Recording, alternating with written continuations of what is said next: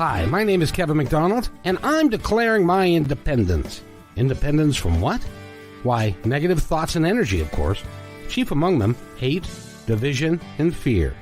You see, I know that we're all one, and together we can solve any problem, save our planet and each other. Please, join me as we come together as one and choose a better way to be. So now, let's begin with my independence report.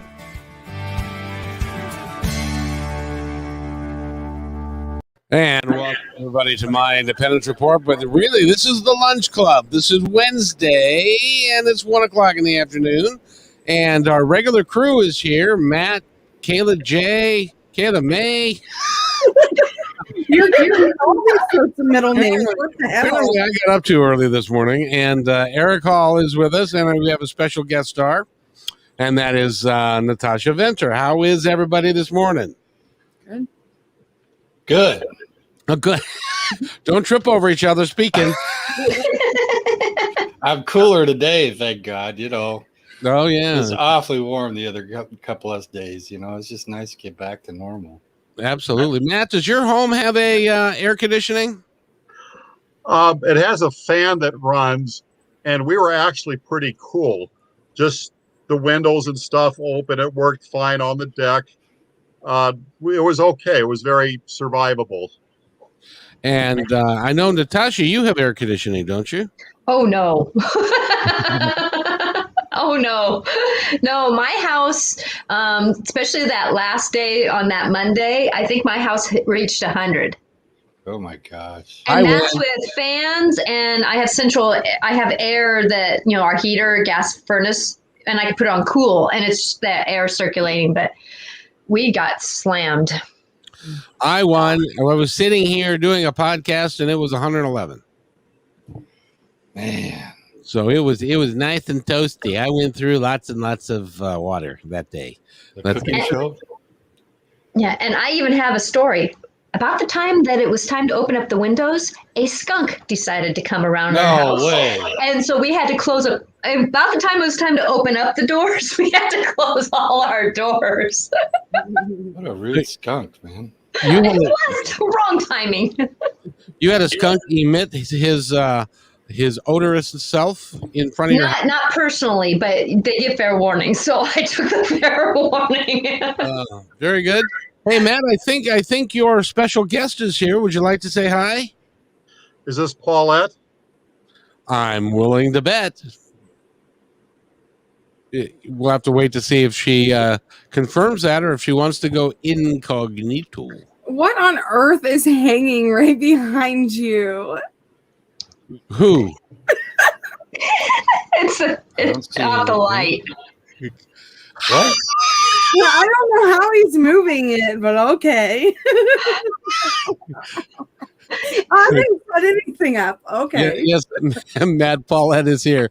So It's Pavlov's theory. We come to expect, and it's a nice thing. The power of Christ compels you.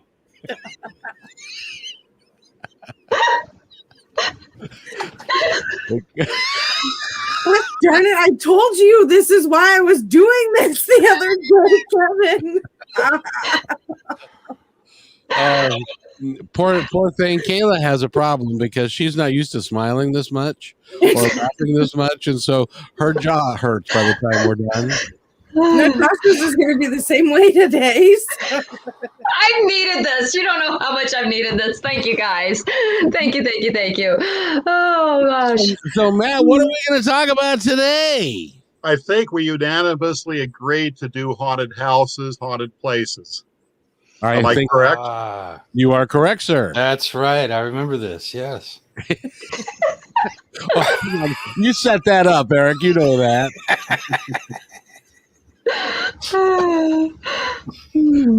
And I wasn't going to say anything. I don't know. I just figured it was just part of the gang. The gang.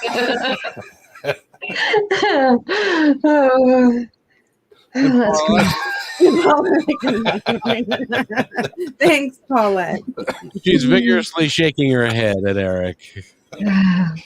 She often does. Now, 3 or 4 of you. Now, I guess I'm not going to take the lead on this one because 3 or 4 of you all have had experiences with spirits. I haven't. Eric has probably got the most fun one or scary one, depending upon how you want to look at it. But Matt, lead us off, would you? Okay, I'm going to be brief because I know this panel has an awful lot to throw in. It's going to be great. Growing up, I would see little things. And in high school, we went to see a friend's grandmother's house that claimed to be haunted. But then we saw a door open by itself, and that kind of put a chill there. And so throughout my life, I've seen such things. I don't know the why behind it, but everybody listening, they've got personal stories. They've seen a what was that. So right now, I'm going to hand the torch to anyone else. Okay, I'll do it. Delta Rehab, when I was working in the brain injured facility, taking care of people as a nursing assistant, I was in the restroom with one of my clients. Well, there were 3 clients and one of my coworkers. Well, we're assisting them in the restroom, and next thing we know, the bathroom sink turns on by itself and shuts off by itself. And the energy in the room just felt so energetical, I would say, and very intense. But you got the feeling like, okay, we're here, turning the water on. Now you notice me. Now I'm gone. Huh. It's an hygienic spirit. Yeah. Very active one. Now, Natasha, you were telling us before we went on the air that you grew up in a haunted house. Explain that. Well, my dad was very intuitive too. So, and my house, I grew up in a house in the early 1900s. I grew up with always this noise all through the house. I hated going to the bathroom downstairs. And then you would see people in like the 1980 garb. And I grew up with hearing 3 footsteps and feeling like somebody was going like this around my bathroom, my bedroom door.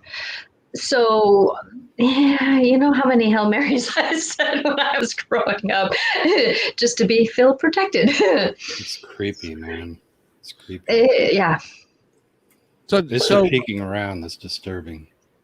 Especially when you're 4, 5, 7 years old. Yeah. Yeah. Very. You know, there's something about not being able to see something as opposed to seeing something that makes it even more terrifying. So your friend that comes at night, Eric, can you see them? Her? I get impressions of her. And she's this older woman. She strikes me as, I can't even age her, but if I had to, I'd 50? say 70 plus, long gray hair, past shoulder length. I would say she's German descent. And she wears longer dresses with a white lace overcoat over like a shawl sort of thing. And she usually walks from my closet through the room out the door. And she'll kind of gaze at me as she walks by. And it's always a little bit creepy when she does that, because the time that she spends to walk from the closet to the bedroom is a little bit slower than an average person would walk. So that's a little bit disturbing itself. You know how when people sort of get in that creep mode and you can see they're a little bit of a stalk, like a cat stalks something?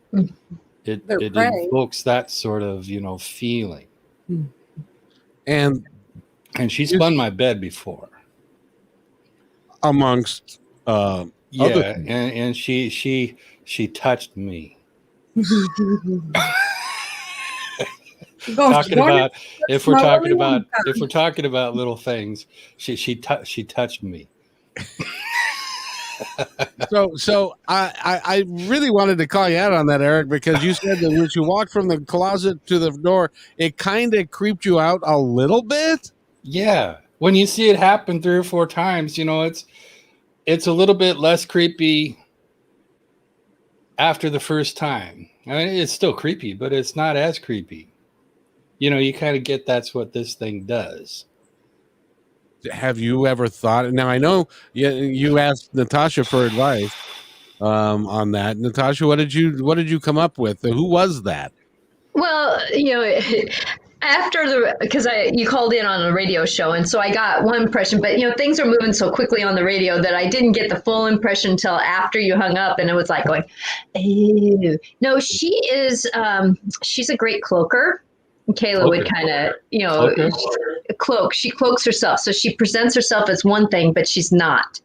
And so with that you really want to set up boundaries. You want to I would put something in your closet and shut that door. She's got that door. She used to be part of that area. And she used to, I feel like she used to be either a prostitute or something like that, but she dealt with black magic. Well, she doesn't know how to finish what she started, so she was a lousy prostitute. So she's into black magic. So you need to do something that is, because she's a manipulator, and so you want to make sure that you do something. And we can talk. It's not for here, but I can help you get some tools and do some things off air. I'm not going to talk about it here because I don't want to take up too much time. It's so interesting because I get the impression that she may be the wife of the person who built this, because I understand they had a very difficult relationship. An owner of the property? Oh, yeah. Yeah. Mm-hmm. Oh, yeah. Yeah, although Natasha said that she was a shapeshifter and could take, so it actually was, with the real appearance of this entity, it looks like very similar to Danny DeVito. And so when he was touching your God, Jesus. Yes. A while back we talked That about creeps me out. Paulette loved it. a while back we talked He's the about right height, though. succubus. Yes. Sorry. And the reason why is that I've had several visits from that entity. And so how I know it is because I described it to people like yourself, Natasha, who knows these things. When you get visited by something like that, and it's happened 3 times, but not in my last 2 residences, it seemed like to introduce itself where I just moved, and then it would do what it does. How do you explain that? Well, I'm sorry, I didn't catch that, Kayla. I said, I think they're just letting you know that they're there. Mm-hmm. Their appearance. Well, it was following. It was the same thing I had in several different dwellings. It's a connection to you. Yeah. It's a grandmother. It follows you from one property to another? It did it for 3 residences about 6 or 7 years ago. Do we understand what that is when we talk about succubus? Mm-hmm. Yeah. Okay. It happened one night. And do you know Kevin? No, I haven't got a clue. Okay, Natasha, could you'd give a better explanation than I would? Why don't you start out, because I love to get to your perspective. Okay, it is basically. He doesn't know either. He's just saying. Okay, it is basically a spirit or something that encounters you at night and performs sex on you, but it lasts for quite a while. And it happened early morning, and when I woke up and it's kind of daylight, it was still physically going on with me for a couple minutes.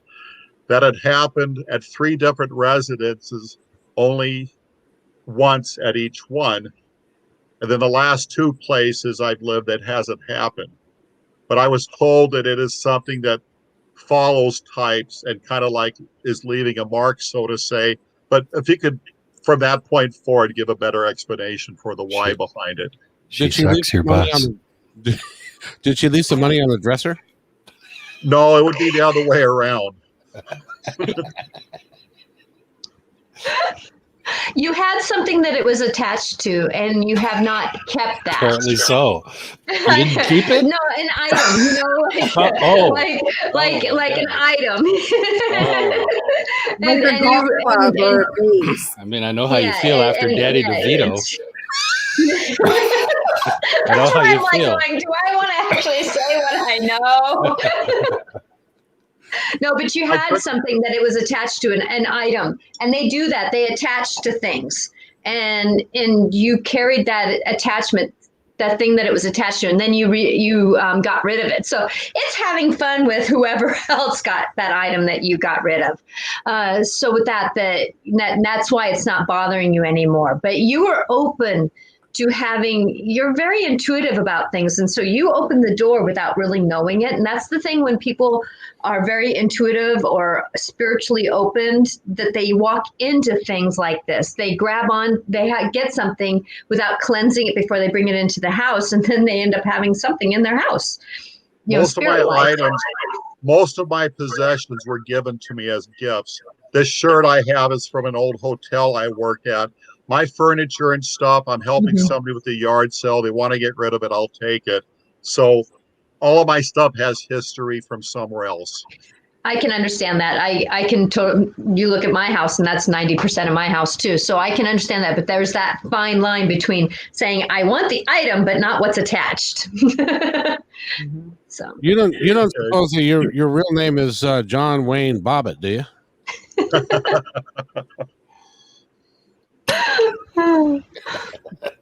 Because it's no longer attached. But then they can reattach it. Yeah. I apologize, Lord, for making a joke like that. It's just not appropriate. You're gonna bring back a heat wave, Kevin.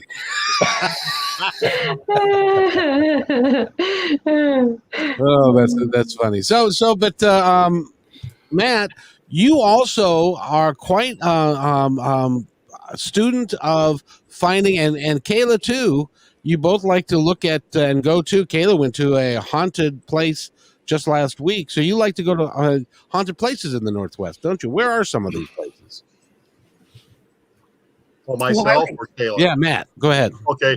What I do is I will look them up on the internet. I will just write like haunted places, whatever, and hit a town, then it lights up, and I go from there.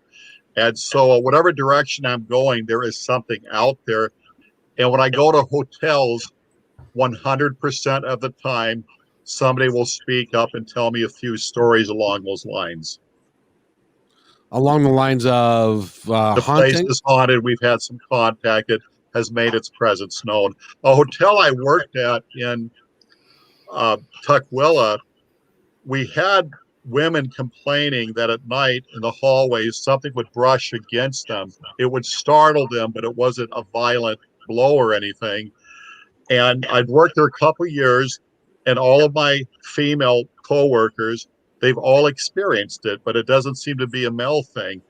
And then they would say that they would hear voices, like the room would get icy cold for a minute, and they would hear voices asking questions.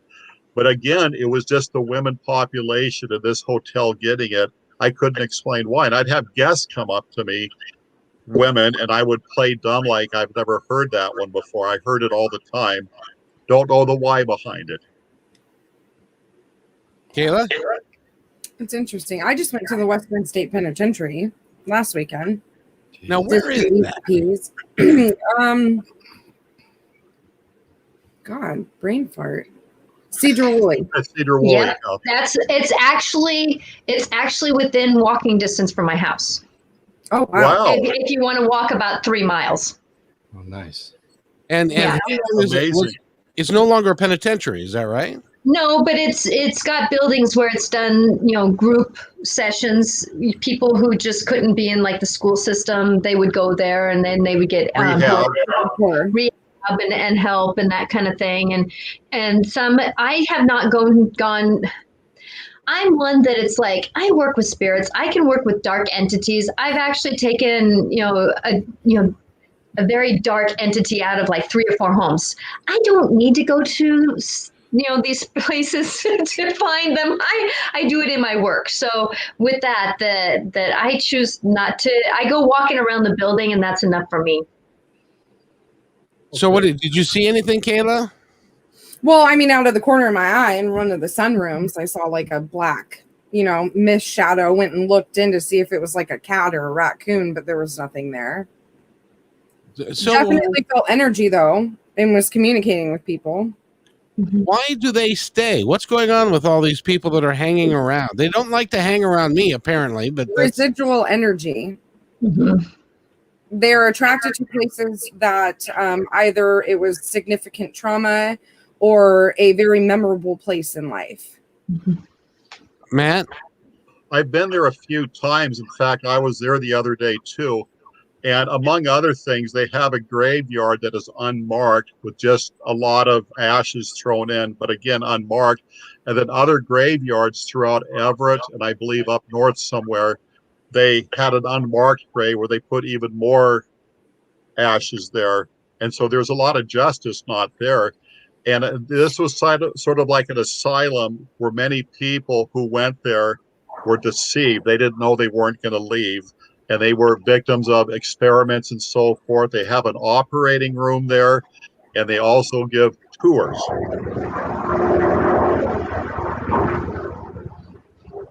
All right, what was that? Now I'm creeped out. Sounds like a jet. Yeah, actually, it's the end of the month, and I live by Oak Harbor, so they do flyovers. At the end of the month. So, and then my window's open. I forgot to close my window. I'm sorry, but it was perfect timing, wasn't it? It really was. That was a helicopter, actually. Oh, wow. Yeah, sometimes when my windows rattle, they come so close. Yeah. You know, it must be some intense residual energy. I know, they talk about the Civil War battlefields and how haunted they are and the intensity of those moments. Any battlefield, I imagine, is intense, pick any battlefield. And I've got to imagine that there's got to be residual energy, if that's how we're going to refer to it. Yeah. Go ahead, Matt. You mentioned the Civil War, and recently I met a Civil War buff. And when he was told during one of their tours that the place was haunted at night, he kind of scoffed. One of the tour guides pulled him aside and said, "Stay the night with us." At night, they took him out to the battlefield, the edge of it. They gave him a quarter, and they told him just to throw it as far as he could into the battlefield. Now it's dark, it's brushy, bushes, tall grass everywhere. He does that, throws it as far as he can, and he's waiting. And he says, "Now what?" They said, "Remain quiet and don't move." About 3 minutes later, that quarter was thrown back at him. Oh, you got to be kidding me. Yes. God damn. They brought him there because they knew that was going to happen. See, that's wild. That's wild. So the entities had to have tactile dexterity enough to not only pick up a coin, but to throw it with enough accuracy and enough awareness who threw that, in what direction, to make that point. And were they making that point, or is there some energy response? Like a tardigrade will respond to atmospheric pressure. So are we talking about atmospheric pressures, or are we talking about emotive pressures? We're talking about electromagnetic fields. Right. So there's something, of course, that we bring to these different dimensions then, right? Because we have a spiritual side, and that spiritual side, of course, has an energy that is tethering these residual energies. Well, when you're talking about a space like that, you're talking about a land first. We're going to go there, that has this impact moment. It's very impactful, with a lot of death, a lot of trauma, drama, and just residual energy that way. So then you have the repeative energy that you'll see. Those are the spirits that you keep seeing, the walking the same path daily. That's residual time snap. Okay. But then you also have times when you have that collective energy, and when people pass in moments of major life-altering experiences like that, or they're in altered states like alcoholism or drug-induced or something like that, or of not the right mind, which when you're in the battlefield, think about how right-minded you stay. You don't, especially when you're 16, 17, 18 years old, and you're seeing your best friend get his head shut off. You don't stay sane very long. And so with that there's these spirits who don't realize that they're really past doing this. And so you have this collective energy that happens. So you can name anything that's happening on that ground. Yes, it's a real spirit who has a lot of energy because the land is electrified with that impact. And then you have the residual energy that keeps repeating, which is another electrical moment. And spirit works off of energy. That's where, like, if you have a house full of spirits and you have kids in the house, you'll find that a lot of kids are sick because those energies pull from the kids because they're easier to do that.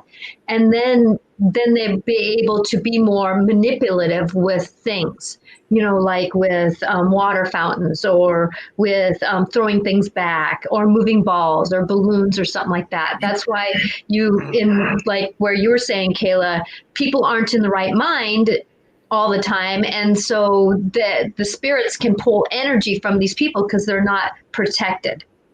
Matt? A friend of mine who does a lot of family psychiatry, she has a lot of certificates in regards to mental health, college degrees, everything. Her and her friend were in Yakima walking through a valley and could hear this yelling and ruckus and hoot and hollering. And they looked up on a ridge and they saw 4 guys in a Jeep going fast. It's kicking up dirt. And that's kind of odd. All of a sudden, the Jeep did a hairpin, turned 90 degrees and went straight down an embankment that was at least 45 degrees, if not longer steep. So they're watching this. It's going full bore. And just before it was going to meet the level ground and have a horrible crash, it disappeared. It disappeared. But the dust and dirt was still hazed throughout that part of the valley. They saw that. They kind of looked around, nothing. It's just as if it's a reenactment of something that might have happened there at one time. It's a replay. Yeah. So if you're in a death state, if they died traumatically, say for drinking in a car accident, hanging or falling off of a cliff, coming from my high school friends that I lost, they are stuck in that time zone and they're reliving it. So it's extremely sad in reality, knowing that a spirit can be completely stuck in a traumatic death state. It's not fun. So I got a question for you guys then, because we all look at energy and we look at vibrational energy. And Eric, you said several words in the same sentence that I have no idea what you said. So I'm going to ask you, because you seem to be a scientific guy. If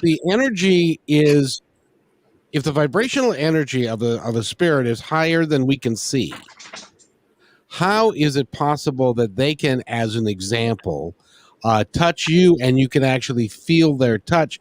Don't they have to lower their vibrational energy to a point where they can actually take on substance?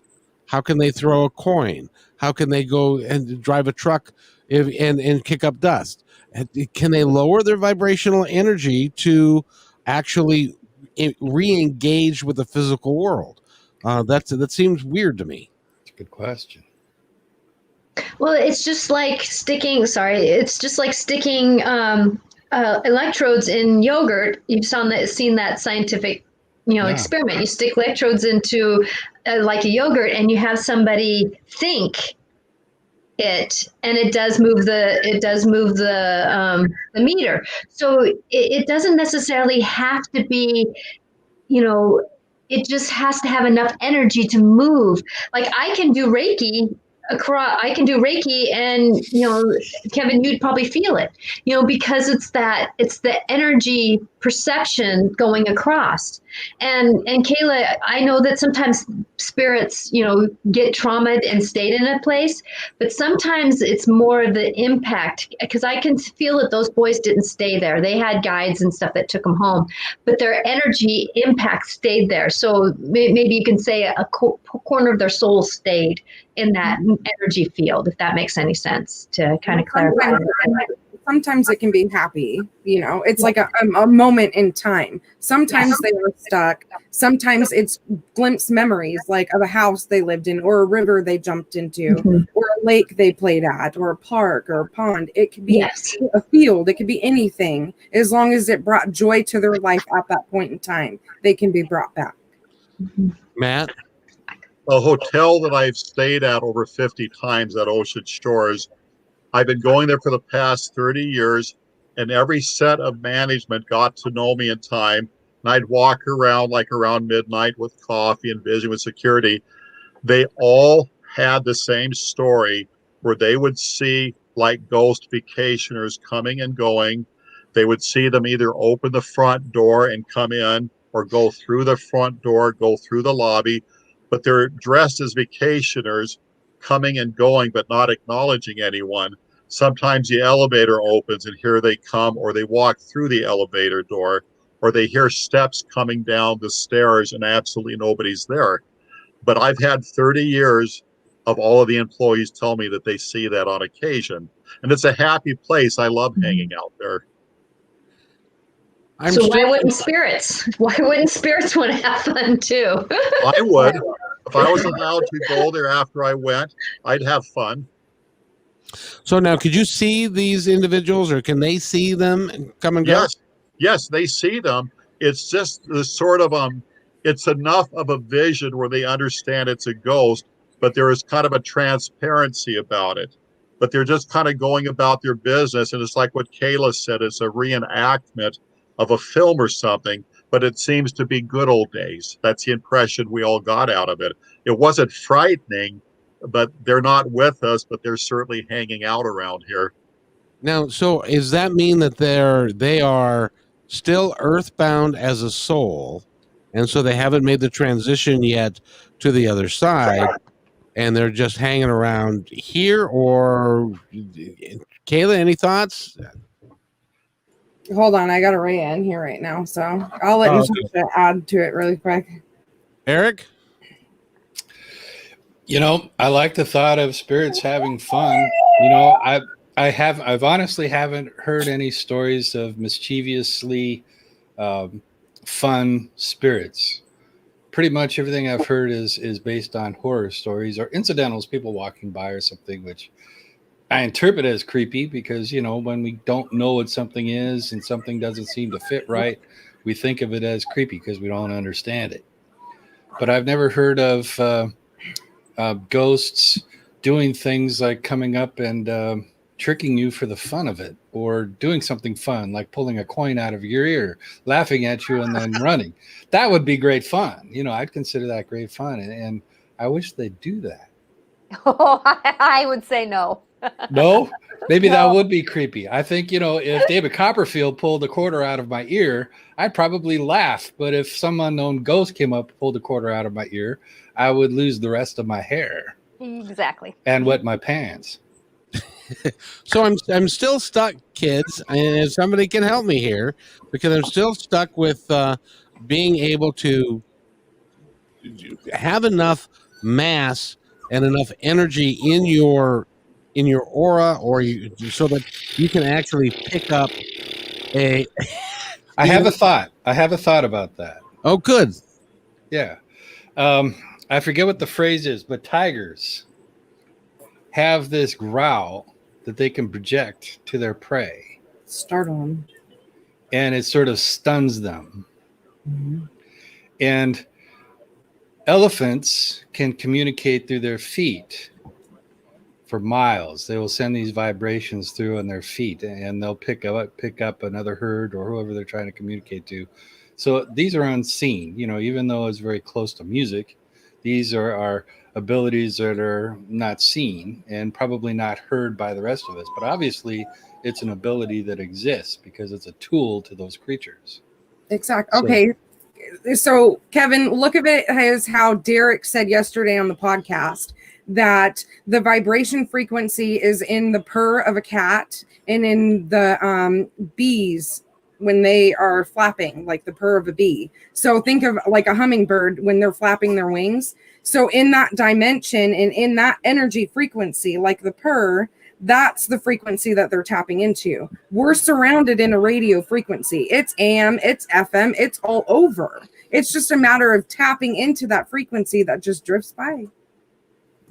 That makes sense, Matt. The Navajo Indians had a very fascinating documentary recently about Kayla's topic, and they said our ancestors, they're here. They're just on a different frequency. Mm-hmm. Yep, they're with the animals. They're with the eagles. They're with the hawks. They're with the little ladybugs and hummingbirds and little, cockroaches. They're with every living animal. It's a matter of how you perceive it. If you get a spirit guide book and look and actually take the time to read what they're trying to tell you, you can get so much from your ancestors, let alone the spirit ones, the animals. Natasha, does that mean then that when we say the other side, we don't really mean the other side because they are everywhere? It's just a matter of vibrational energy. It's kind of that other side of the physical skin. It's just the other side. I know the other side, they don't have the physical skin. So it's just that other side. They're not of physicality. Like I'm getting the picture of, when a tree falls, we know a tree makes sound, we know it makes vibration, but if you're not there, you don't really feel it, you don't really know it, but you do have that understanding that there's still that vibration when it happens, even though you're not there. So it's just, they are on the other side, but the other side is just on the shadow of our eyes. It's just that moment where they're not necessarily in physicality, even though they can make themselves pretty solid sometimes.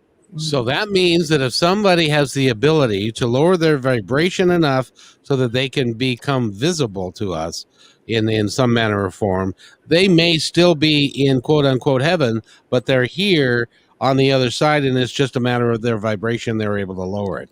It's they're here. It's kind of like a light bulb being off, and then you give it more power, so it becomes Dimmer brighter. switch. It's the dimmer switch. And so it just means that they need something to support them. So either there's like a porthole in a house, that gives them more energy to conduct their energy, or they tap into someone. That's why we get kind of that electrical feeling, is because they're with us and we're supporting that, or they've just been here long enough. There's some haunted places where they've been there long enough that they know how to manipulate their own energy to become more solid when they need to. Matt. Kayla, a while back I addressed you with this question. I am greatly fascinated and absolutely love the Native American culture and respect their land, which is actually this entire country, because they're the landlords, we're the tenants here. And especially their sacred places, such as their burial grounds. Every one of us have heard a lot of stories about taboo if you trespass on Indian burial grounds. And I've met people that have heard voices, could hear the song and dance, the fire cracking around them. And then later they were told that they had actually walked over burial grounds. Kayla, what could you share with us on that?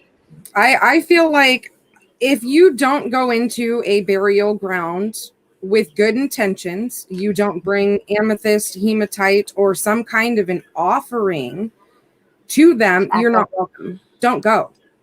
Do not go. Do not mess with them unless you want some kind of curse upon your ass. Do not go there.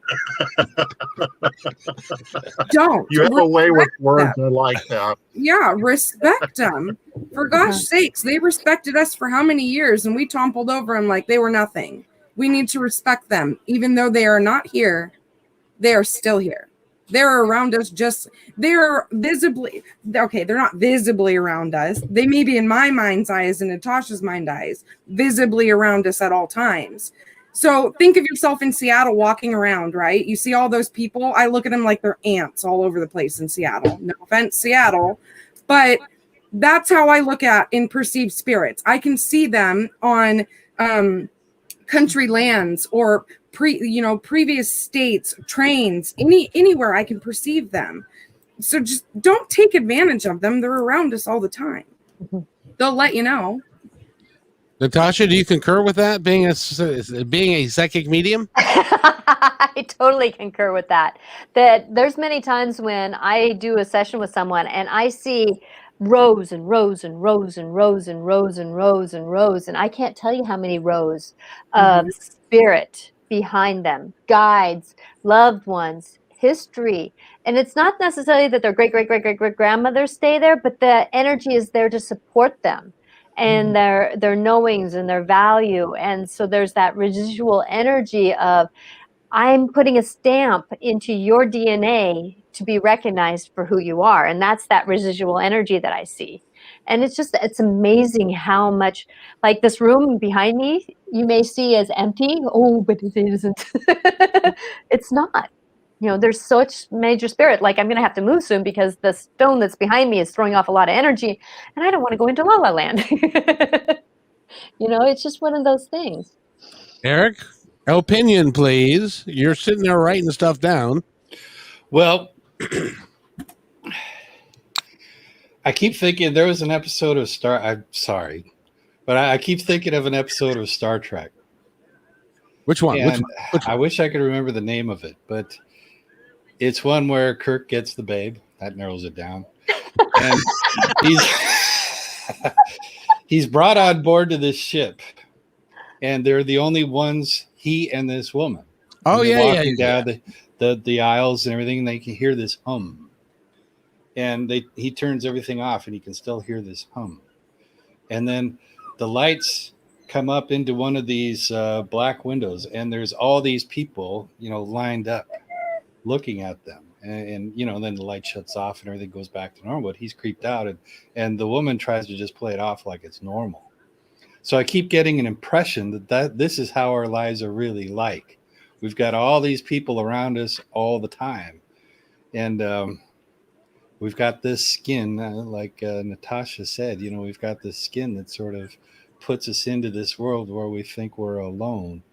And, I find some security in that, to be honest, because if I had to be with all of these souls all of the time in the current tools that I have with this body, I don't know if I could take that kind of psychological and emotional, energetic pressure. There are times when I have sensory overload.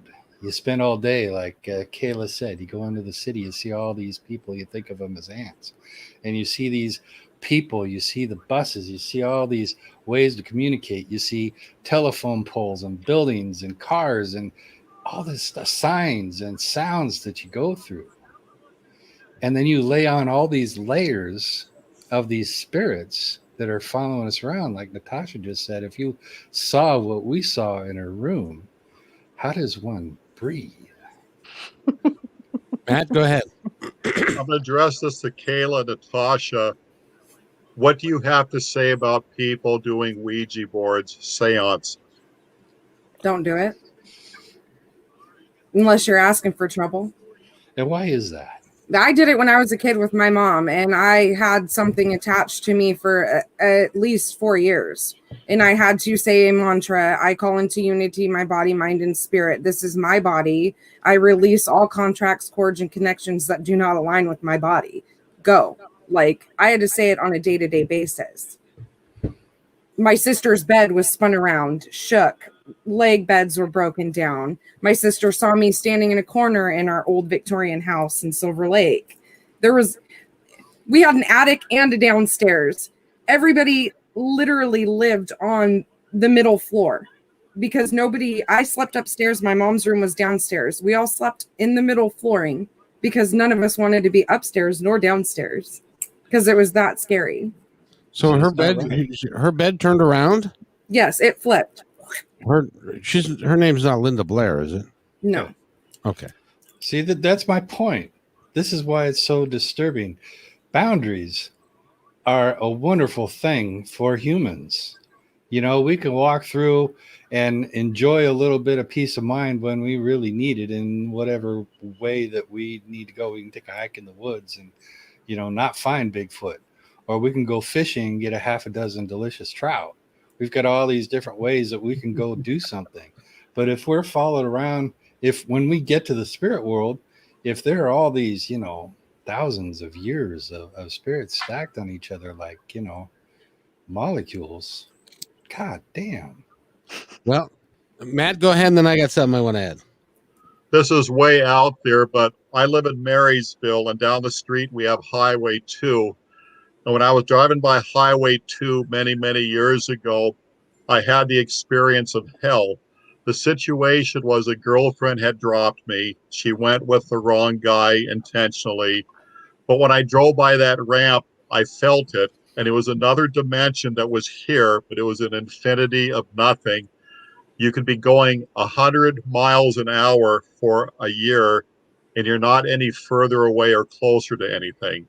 You're alone, suspended, right there, fully aware, sober, and it's cold because of the darkness, not the temperature. It's a damnation, basically. But I experienced that going by, and I talked to someone who claimed to be a medium, and they said their souls are going to hell, and I was being grabbed on to prevent that. They were trying to, that's what they explained to me, what I was experiencing. It was the most horrifying thing I've ever seen because it went beyond life as we know it, and it had to do with something geographical as I was passing. That brings up a very interesting topic. But first, Eric, I want to give you a metaphor. It's kind of like you know who Russell Wilson is. Yeah, I think he plays football, right? Yeah, the quarterback of the Seahawks. Yeah. Now he's got these people work solely for him. Yeah. A food nutritionist, a cook, a masseuse, a workout guy. So he's got this team around him, and all with the one goal of helping him become the best quarterback he can be. It's very similar to what we have with our team on the other side. The first thing they want us to know, in my opinion, is that you guys are really badass for doing this because it sucks down here. There's a lot of pain. There's a lot of heartache. And they are there to support us in any way possible so that we can have the best experience that we can have. Do anybody disagree with that, Natasha? I don't disagree with that. That's why we're in the physical body, is to get the experiences physically, the emotions. You don't go through emotions in spirit like we do here in the physical. You know, we've got the body that does certain things and that kind of thing. So that's why we choose to be here, is to be in the physical body. Anybody else? So it's sort of like being in kindergarten, getting pushed into the lockers. Yeah. It's contrast. Yeah. Well, it's also like another thing I liked. It's like pumpkin pie. Yeah. You like pumpkin pie? I love pumpkin pie. Has everybody had pumpkin pie here? Now I want you to picture if you are on the other side talking to your friends, and they're talking about Thanksgiving and they're talking about pumpkin pie, and you've never had pumpkin pie. Describe pumpkin pie for me, please. Tastes like a pumpkin. Have you had a squash? Like a squash. Okay, if you've never had a squash, you've never had pumpkin, you've never had pumpkin pie, you have no earthly idea what it tastes like. Now, the guys that have had it, they know what it tastes like, so they can recall that. Cinnamon, clove, nutmeg, and a mix of squishy jello-y something. So in order to get that experience of enjoying and eating pumpkin pie, you have to be in the physical. You can't do it from the other side because you don't have any taste buds. So that's when you come here, then you get that experience. So when you go there, you can intelligently talk about what pumpkin pie tastes like. Thank you very much. Have a great day. Matt? That's good, Kevin. Kevin, that's a good example. An analogy, years and years ago, someone who was blind was going to have surgery, an experimental one, to see if they could regain their sight. Approaching the surgery, they gave that person a ball and a cube so they could tell which one was which, even though they didn't have eyesight, just by feeling. They did get the eyesight. They set the ball and the cube down, and they did not know which was which, but they knew they held each of them. Mm-hmm. Same thing you're saying. Yeah. Yeah, well, then that's and Natasha, isn't that the case that we're here to experience? Yes. And part of it is we there are things that we don't know. Even our death is something that we ultimately want to experience. Yeah, it's something that we know when we come into this world, that we're going to have an ending. whatever that ending may be in our choice at that time. And I won't call it always a choice, but the way that we work through things towards our end, that's part of the life experience. Kayla, you were shaking your head. I forgot why I shook my head though. Now squirrel. So long ago. That was 2 seconds ago. Come on. Well, it's just like some people choose the passing of cancer, let's say, because they were meant to go through that, knowing that they, like my parents, they had illnesses that took them a while to leave because they needed a time to say goodbye. They needed that exit point. They needed that time to shift out of this world. Like my uncle who, he's the day he stopped walking was the day he died, because he didn't want to have that experience of being in the bed. It was just part of his soul journey that when he was done, and he was going to be gone. It just depends on the soul and its wants for that lifetime to move through things and experience. Yeah, that's like my stepdad though. Before he passed away, he said, "I'm gonna leave this world with nobody wiping my ass but myself. I came into this world with it, and I'm gonna leave it." So sure as shit, he left this world wiping his own ass, but he got to the point where he couldn't do it anymore. There's an epitaph for you. I died, but I wiped my own ass. I wiped my own ass, Mom. Put that on the grave. It's like, but there is something about never mind. I'm not gonna go there. I'm going to behave myself. I'm not going to go there. There's people in this room that.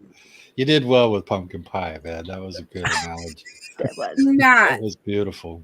Have you ever experienced physically? Because I've had this happen to me when I was, I think it was 14. I was in a barn with residual energy, and you could see like where there was like a rope that was hung around one of the beams. And I was standing in there with one of my boyfriends at the time and another friend. And I was like looking and talking around, and I just got this weird feeling. And next thing I know, I had like a rope feeling around my neck. And I was stuck in that position. I couldn't breathe. My boyfriend at the time and his friend like ripped me out of the barn that I was in. This happened in Savannah, Washington, right in Stanwood. Oh, yeah. And they ripped me out. I come out and I had like handprints or a rope mark around my neck. And I ran back to my mom, so scared. I told her we're leaving because I don't want to be here anymore. Jesus. I mean, have you guys, anybody else ever experienced anything like this, or am I the only wonky one here? No, I had my junk touched. That was that. All in all, that was a better experience.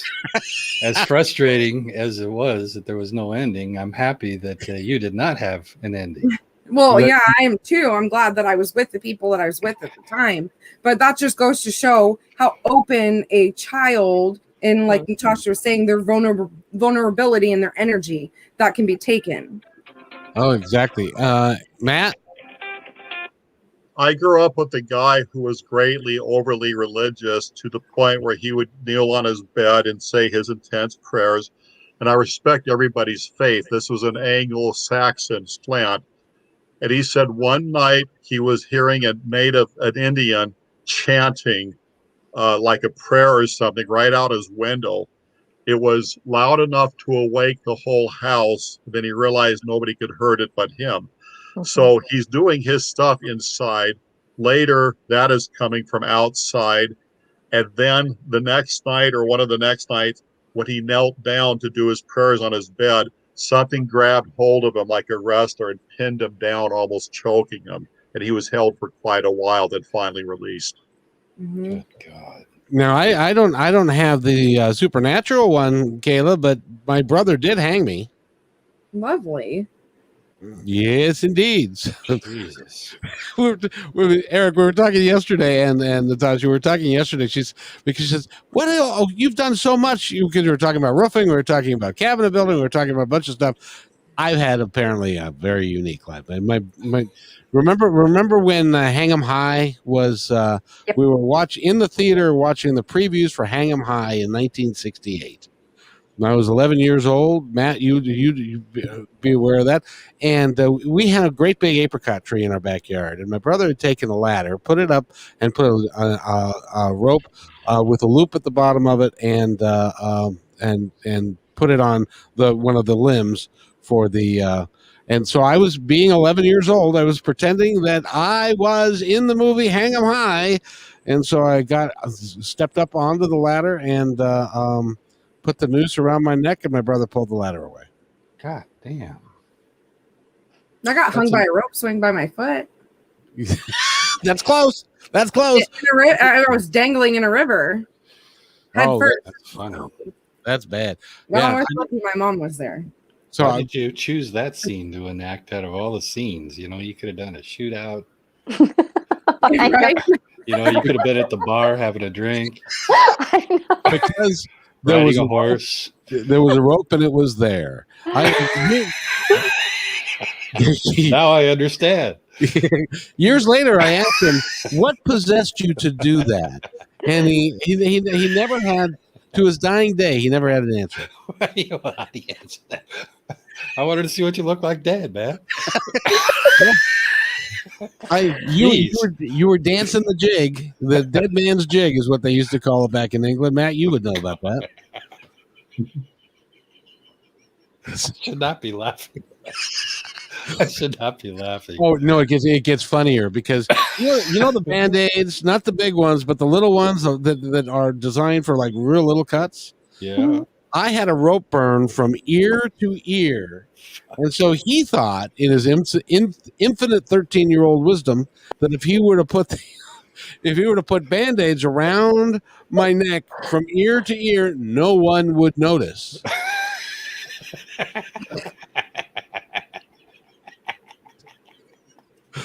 He was wrong. Are you guys close today? No, no, and we were never close until he passed away. I'm sorry. Did he ever buy you a necktie? He never explained what possible motive that he had in his mind for. Yeah, it's because it's not like, I think everything's going to be okay. I'm just going to pull the ladder away. And then I said, well, you put the ladder back, right? And he said, yeah, you were screaming so damn loud. You pussy. Matt, go ahead. I was raised Catholic, and a friend of mine had lunchtime duty to leave class a few minutes early to go downstairs to get the milk cartons out of that freezer they had that's the size of like a stand-up dresser, and then to distribute them to classes. And so my friend wanted to play around, and he wanted to hide. So he climbed in it, and I shut the thing on him, and it locks in place unless you live on the outside. Well, the nuns came, and so I got my stuff and left because I figured he was okay. And then later they heard him knocking around, and he got in big trouble. And he tried to say, "You don't understand. I was suffocating. I was, those things are cold. It's an ice thing." But anyway, that's my 2 cents. Almost killing somebody. I was worried you were going to tell the story where you put him on the cross and hammer into his hands. I'm glad you did not do that, because crucifixion is, worse than hanging. That is. But by far. Oh man, yeah. I'm just guessing. I haven't experienced either one. Huh? Have we run out of things to say? I can't imagine. Me neither. Look at you guys. Let me ask you. Yeah, you guys are just sitting here. So if we've got all these entities around us, where does reincarnation come into this? Does. Do you know how many spirits or souls there are? See, there's no number to count how many souls there are. And so there's a lineup coming into this planet. I mean, we're not the only ones in physicality. We've got a lot of star beings that are in physicality that the souls go to. And so there's lots of souls that aren't able to be embodied because there's not enough bodies to be in. Mm-hmm. See, I've always been curious about that. I don't mind getting weird because this is the right bunch and the right host to do this with.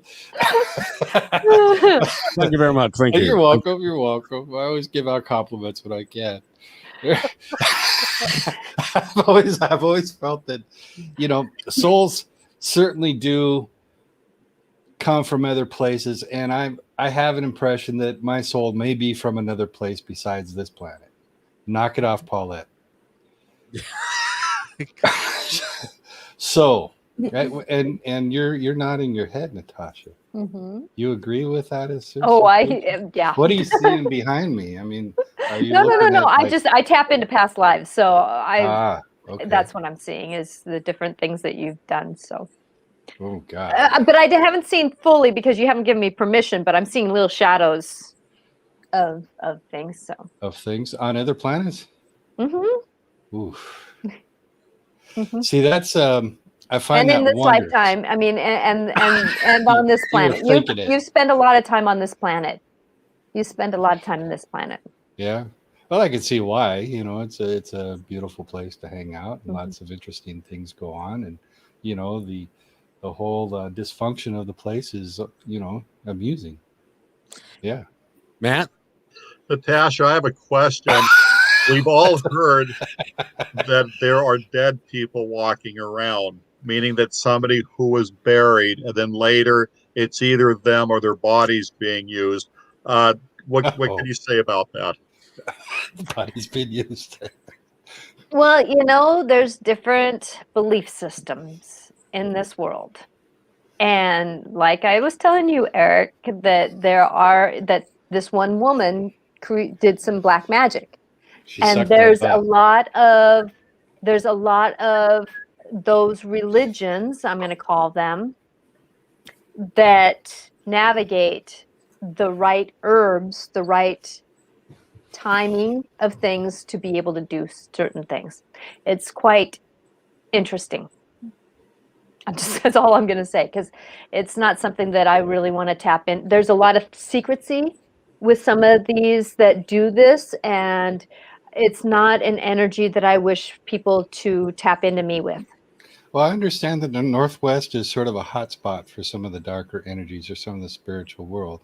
Now, we've spoken a little bit about native cultures, and I know there were several tribes up here that did participate in some of the darker arts, as we referred to it.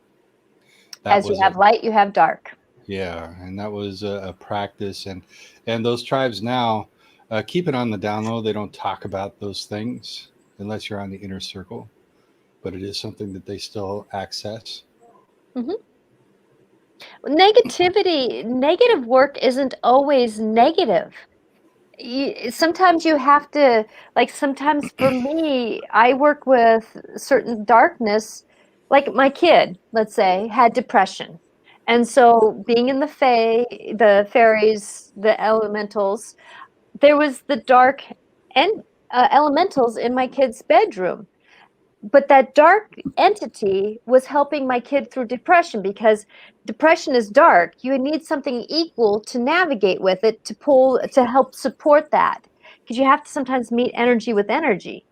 And so with that sometimes I'd walk in the room and go, it's like a vacuum, little full, let's go empty you out, and so that you can keep doing the work that you're doing. And that's what they were there to support my kid with, was depression and the darkness that she was feeling. And so with that you do have these energies, and sometimes you have to know how to be in the darkness. Dr. Strange, if you ever watched that movie, that is a perfect example of how to navigate your negative and be neutral with it so that you can bring out the positive in the work. You have to have shadows in order to have light. It's just part of life. And if you know how to be in the shadows, you're not afraid of the darkness, then you know how to play it. I don't want to say play in it, because it's not like playing in the sandbox, but you know how to interact with it to move it forward into being more in the light. Kayla, what do you think about that? Well, there's always love and light, dark and light. no matter how you look at it. I feel personally, though, that negative energy and darkness can be manifested depending on a person's mental state. Yeah, that the mental state I would go with. It depends on how mentally unstable a person can be. Coming from me, knowing that I was very mentally unstable a year ago when I lost my dad, to now, I let go and released all of that. I gave forgiveness, and I'm a butterfly breaking out of its shell. And that is absolutely true. As a matter of fact, we were talking with Derek yesterday from Mystical Wares, and he had an interesting take, and I'd like your guys' opinion about protection, about protecting yourself from dark energy, from negative energy. And he said, I don't use the word protection because that sounds more like a condom than it does anything else, which Eric could have used. Never mind. But it was he uses the word armor. Because the connotation of armor is, I like that word though. For me, I took his armor into advice, and I put myself in Mary Beckman's book as well that I'm reading. She says, picture a color and the word armor. So I put myself in my blue badass shield of armor, and I'm grounded for the day. My armor can change. I just go with the color blue because blue was the first color that popped into my mind. It can change on my my moods, you know, if I want to be the happy-go-lucky Gemini or if I want to be the split psycho Gemini for a minute. It depends on what kind of armor I want to put on. Does that make sense to the three of you? You know, I find it interesting because colors have different frequencies. We see them at different frequencies. So yellow has a different frequency from blue. There's probably something about that is inherent to your own frequency that is a harbor for you. Yeah, my armor is silver. I picked up charcoal gray. I don't know why, you know. Maybe. No, and I use a bubble of love. That's my vibration, so that if anything wants to get through, it transforms itself into a form of love. And so with that I wouldn't call it protection. I call it a vibration of love, so that it, no matter what hits it, interacts with it, it always gets transformed. And now, does that mean though that if you walk up to my house, you may see a gargoyle? You may see, you know, like some different things here, because especially in this room, but I have dragons. I have different energy entities to help me. You know, when you're doing the spiritual work like I do, you know, you have a front door that you let things in, but you always have a back door. And you have to have something to say, no way in my house back door, you know, through your back door. So I always tell my team, you know the work I'm going to do today, I need to have, and I'm going to use the word protection, but it's not like it can be like a condom. I mean, why not? But it is that armor. It's that saying, the door's shut, dude, not in my house. And you know, we've all seen those shark cages. You know, those divers get lowered down into those shark cages, and they're those big square cagey things, and they look, you know, like the greatest place in the world, and the sharks come up and they beat their head. But they say, you know, something that's safer than that, but they can't get humans to really use them. Garbage bags, plastic garbage bags. Really? Yeah, because the sharks can't smell. They don't, and they don't pick up whatever is going through those bags. Interesting. So they're actually, isn't that interesting? So when you talk about a love bubble, you know, it makes perfect sense. You know, we're all talking about armor, and I'm thinking, you know, Kevin's saying silver, and I'm saying charcoal gray, and Kayla's saying steel blue or blue, you know, and a love bubble makes sense because it's, you know, that it works. It's probably more, and since it's a rainbow, since you look at any bubble, it's a rainbow of colors. So I could see how that bubble would adjust to the energy around you in the way that you would need it, because it's being manipulated from both sides. So there's a medium that's working there. I.e., and I'm able to survive elementary school. if I was in a garbage bag in the ocean and I saw a shark, I'd cake my wetsuit, and he'd be able to smell that for sure. No, right? I I'm need with you, about man. 10. I know, man. Cover my juicy flavors. I know. I'd be milking it up too, man.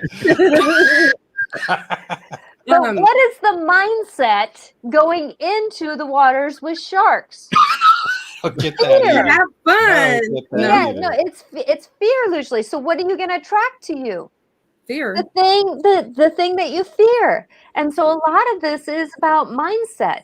You know, it is about the, you know, like when I was talking about the mindset of my kid being depressed and having those dark beings in there, it wasn't that they were free floating. I mean, it was they had a job to do, and I allowed them there because they were doing the job that they said that they would do, and I saw them doing it, and I trusted my team of the house to have them in tow to do the work. You know, so it was a collective thing.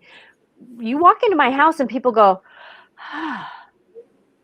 you know, and that was with an alcoholic husband even, who had dark entities with him because he was an alcoholic.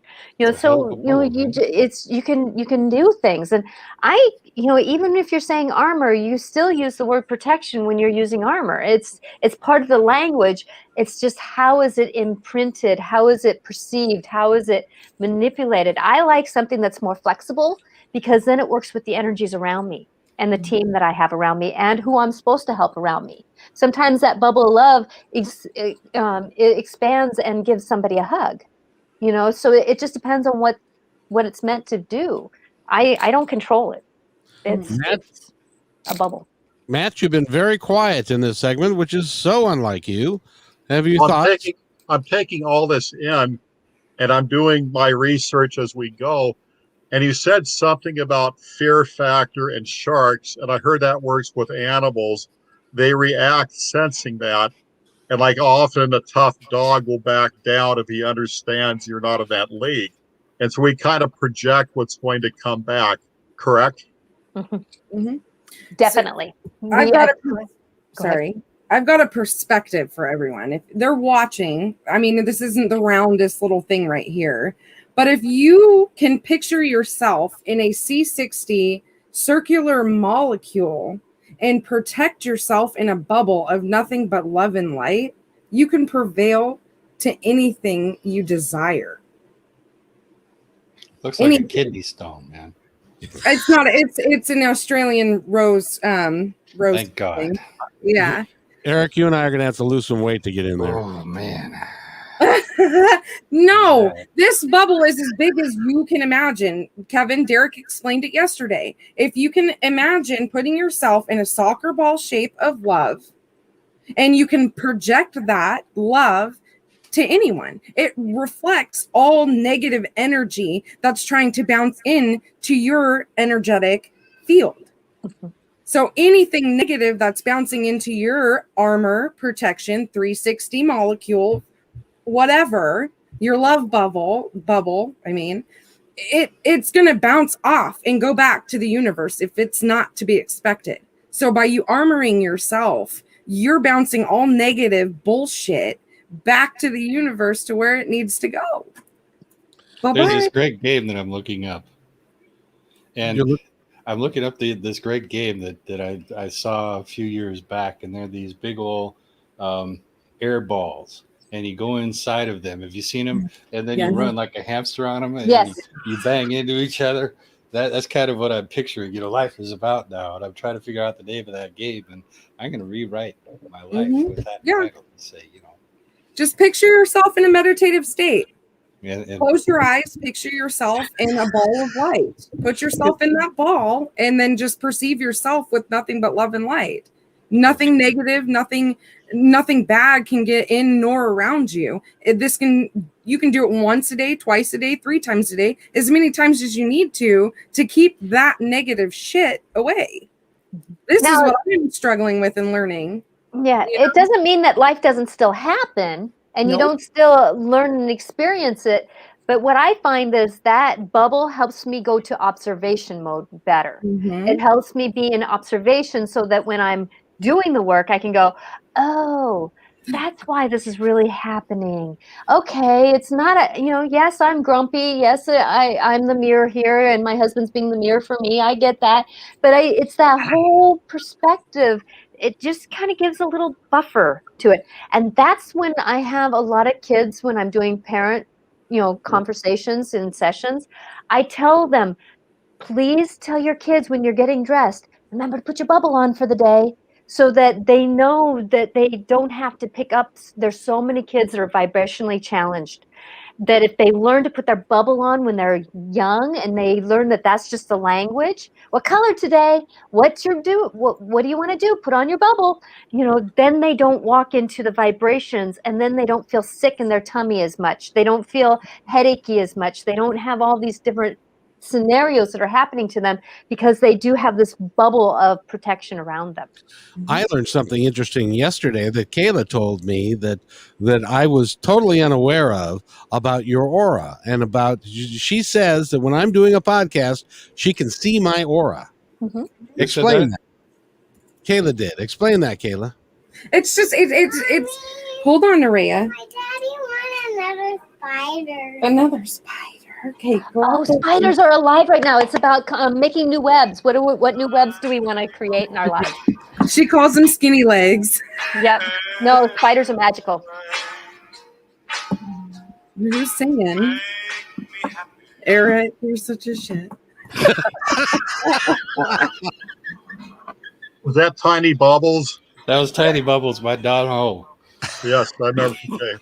I totally forgot what I was going to say because my daughter came in now. It had to do with you said that you saw my aura when we were doing the podcast yesterday. Oh, it's like a radiation that comes around you. Like yesterday, you say it was a red shirt, I say it was orange. We can go back and forth all day, but you glistened so bright yesterday in the podcast. And once Derek pointed it out, like I pointed it out to my cousin because I wanted him to see what I was seeing. So it's so bright. And when you're supposed to look at people's auras in like a plain black background or a plain white background. But on Kevin, you don't have to. Certain people can see the auras without having to have those things. It's more of a practicing skill.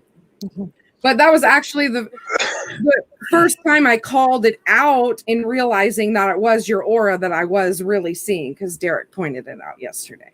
That's interesting. Do you see an aura around Eric or Matt? Oh yeah. Oh, see, Matt's got more of a pink today. And Eric has more of that kind of, I just want to call it it's like a baby blue. A what? Musky. Musky blue? Musky blue.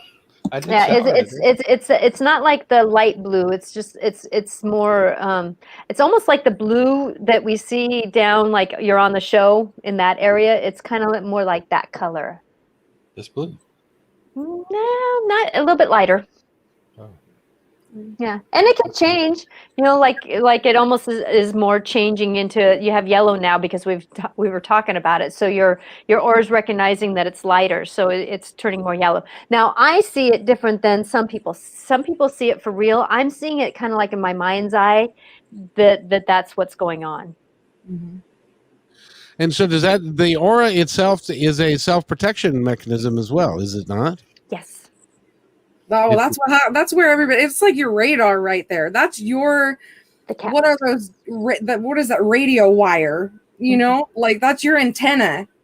That's what makes you stand out so much. Is your aura is your antenna. That's where you stand out and where you prevail in life. You shine the brightest. It's like if you look at it as the chakras, it's like a rainbow. Amazing, Matt. One of the seniors I used to do a lot of volunteer with, she talked about that. And she said years ago, she worked in San Francisco and she could detect that a very ugly, evil person was in that building. And then one day she was in the same room with them and it was just a horrible feeling. And she could sense him coming and going. Then the day came where he met foul play in Las Vegas. But she said she felt that before she could see him. He was close enough. And we go ahead. Go ahead, Natasha. I call my aura like my cat whiskers. It's the ends of the cat whiskers. And it's our energy field. That's why when we're dark and we're kind of tired, our aura is more, it just has less vibration. But if we're doing something that we really love, it's like, it's like beaming all over the place. That's why yesterday you were in alignment, Kevin, with what was going on. And when you're in alignment with it, when you're in synchronicity with it, that's when the aura goes, yes. And that's what was happening with you, that everything was just going, yes, we're on the right track. And so your aura was just standing at attention. It's kind of like the cat whiskers going, there's a mouse out there and I'm going to get it. And I got to feel where it's at. It's just one of those things. Or like my little mantra, Kayla, Kayla, Kayla, yeah. Absolutely. So Eric, what do you think about having a little energy field around yourself? Oh, I like it. And I like that it changes colors. I would love to see, a sports team, or if I had the abilities to see auras, I would love to see a sports team, or perhaps a theater group that's really doing wonderful work. How a great theater group, a great performance will be done. I would love to be able to see auras and see what happens during that, compared to times when things aren't going well. You can practice seeing it. Yep, that's what I was going to say. You can practice. What's stopping you from being able to do it is by what you just said and how you said it. I would love to. Now say I want to. I'm going to. You got to change that mindset. I see. I wanted to see. And when I asked Derek, I wanted it handed to me right then. I couldn't have it handed to me right then because I already had everything. I was like the top chef that had to sit there and open up all of my doors that needed to be opened. And boy, are they just now opening. They really are. She's having quite the awakening spring. It's been summer. It's pretty amazing. So, but she's absolutely right. Is that language means a lot when you're talking about positive affirmations and being. So when you say, "I want to be rich," you know what the universe is going to give you?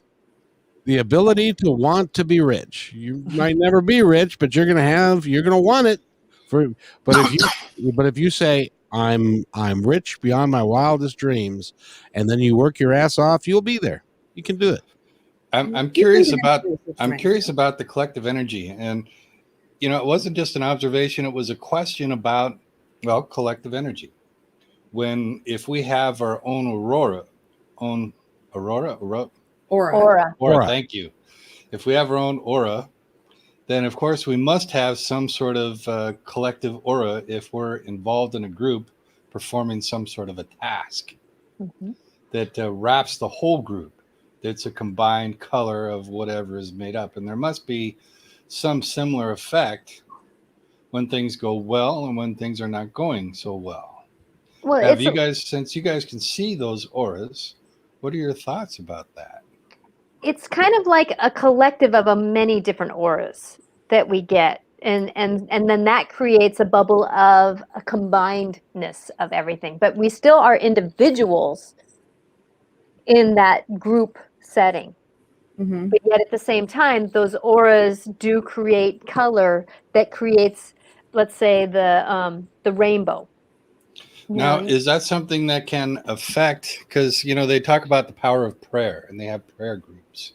And I do believe that prayer does affect people. It doesn't matter what religion or whatever. I think it's just about providing good energy, good thoughts, and sending it out into the universe to perform whatever task. I think that's what prayer is. So, but prayer is effective, and that's got to be a group energy, right? The healing energy, just like Mary Beckman's group. So there's got to be some level where it affects others, correct? Mm-hmm. Yes. So if enough people are on board, is this how elections are won? They can make an impact. But And I'm gonna use. Sorry, Kevin. I'm gonna use. Okay, there was a hurricane that was coming to Florida, right? This was a couple years ago. There was a lot of people that prayed that it wouldn't hit Florida, right? Where did it stop? It stopped over Jamaica and it stopped over the islands there because the energy of prayer stopped it. Now, people would have prayed that instead of stopping the hurricane, if they would have prayed, let it go back out into the ocean, we're going to deter it, we're going to push it away and out, then it probably would have moved further away. It may still hit Florida, but it wouldn't have had so much of an impact. So that's the difference between prayer. We got to be careful what we pray for. Should we stop it or should we just ask it to move around? Like for me, when I feel a big amount of energy coming to me, I ask it to move around instead of saying stop. I'll ask it to shift it. It's kind of like the idea of some of the Asian, like judo and that kind of stuff, is that you have greater power with energy when you move with it than when you stop it. And that's the difference between language, prayer, and how do we manipulate energy. But then there's one more thing that I want you all guys to consider, and that is the impact of free will. Mm-hmm. Because you can pray all you want, but if the individual that you're praying for, if they get to choose, and at some level they're choosing what's happening to them. See, I think of pray the gay away. There's that exact circumstance. Exactly. You can't pray the gay away because that's not possible. Nope. And there are certain things that because of free will that you can't do. But there's nothing wrong with if you talk to John Edward, if you talk to Neil Donald Walsh, if you talk to all these guys, they talk about meditation and prayer. I think they're both equally as important. And as a matter of fact, Kayla is making people cry because she's using a brand new form of meditation that she's discovered through Mary and her book. What's the name of her book so we can put that out there? I'll actually just show it right now. And what's it called? The Art of Energy, Galactic and Celestial Light Codes for Healing and Empowerment by Mary Beckman. And she's got a meditation in there that Kayla started to tell us about your experience of that. Wow. So as I'm reading the book, I'm kind of downloading it all into myself as I'm reading it. And it was a visit to Nirvana meditation. It was pretty much me focusing on my breath, me going into a mind state of a wonderful field with flowers blooming, trees, running water, tables and chairs set out with sparkling water everywhere. I'm in my own heaven type thing.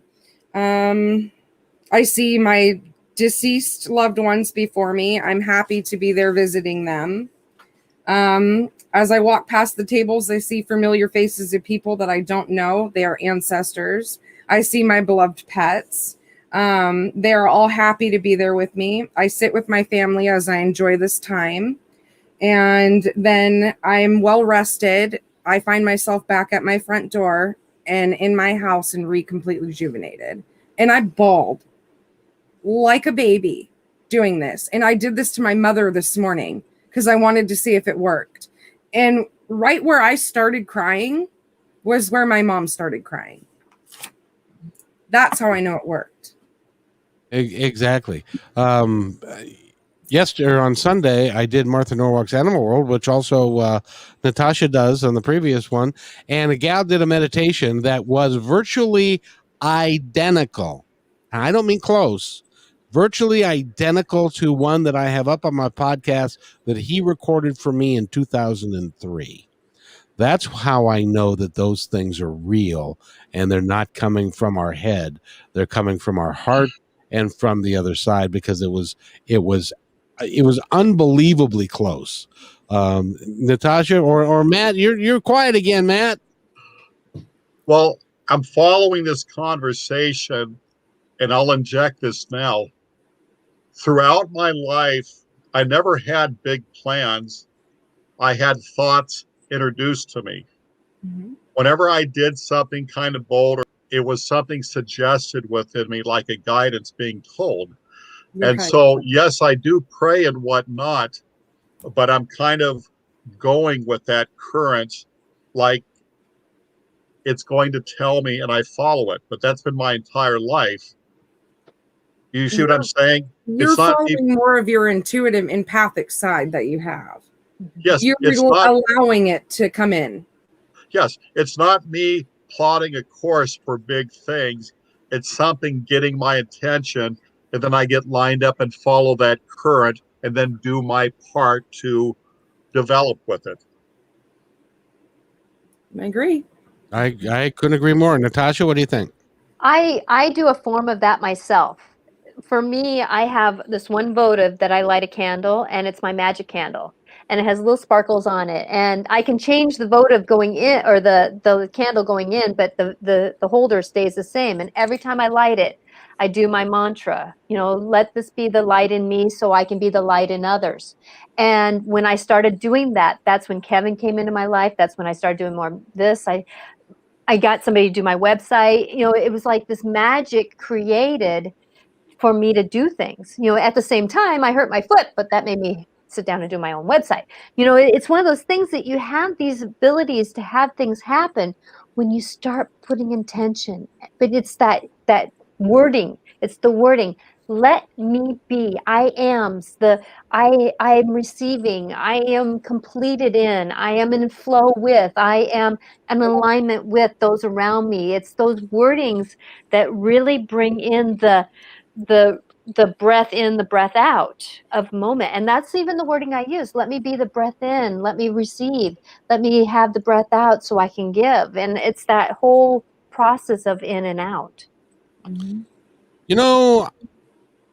2 years ago, I started this podcast with nothing. Now, look, I've got 4 people who are very, very talented individuals that I have somehow magically drawn to me, as well as people like Coriel and Regan and others. And it's because I made the intention originally that I would like to have the opportunity. I would like to change the world.